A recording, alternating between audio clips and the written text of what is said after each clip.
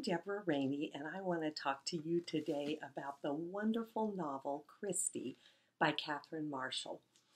I was actually 11 years old when I first read this novel. My mom introduced me to books at a very early age, and she got this book as part of her book club membership. And she read it, and she told me that it had some kind of mature subject matter, but she thought that I was ready to read it.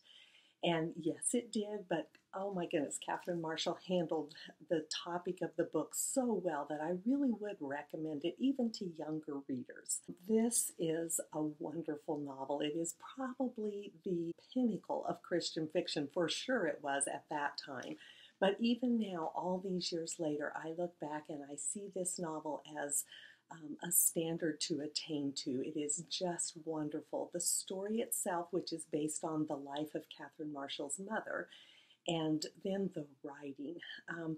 I remember sitting at one of the very first Christy Award presentations and hearing members of Catherine Marshall's family tell how it took her almost a decade to write this book. She was such a perfectionist and such a wordsmith, and she never quite felt like the novel was ready to be presented. And finally it was, and in my eyes, this novel is as close to perfect as a book will ever get. It is just a wonderful story. It takes you back in time. It makes you feel like you are a part of these characters' lives. Just such a wonderful testimony to the way that God works in a young woman's life. And again, since it's based on a true story, there's so much more merit to it even than if it were purely fictional. The characters become real to you. There is just all number of dilemmas in this book, which a good novel always has. You feel along with the characters. You're not sure what you would do if you were in Christy's shoes.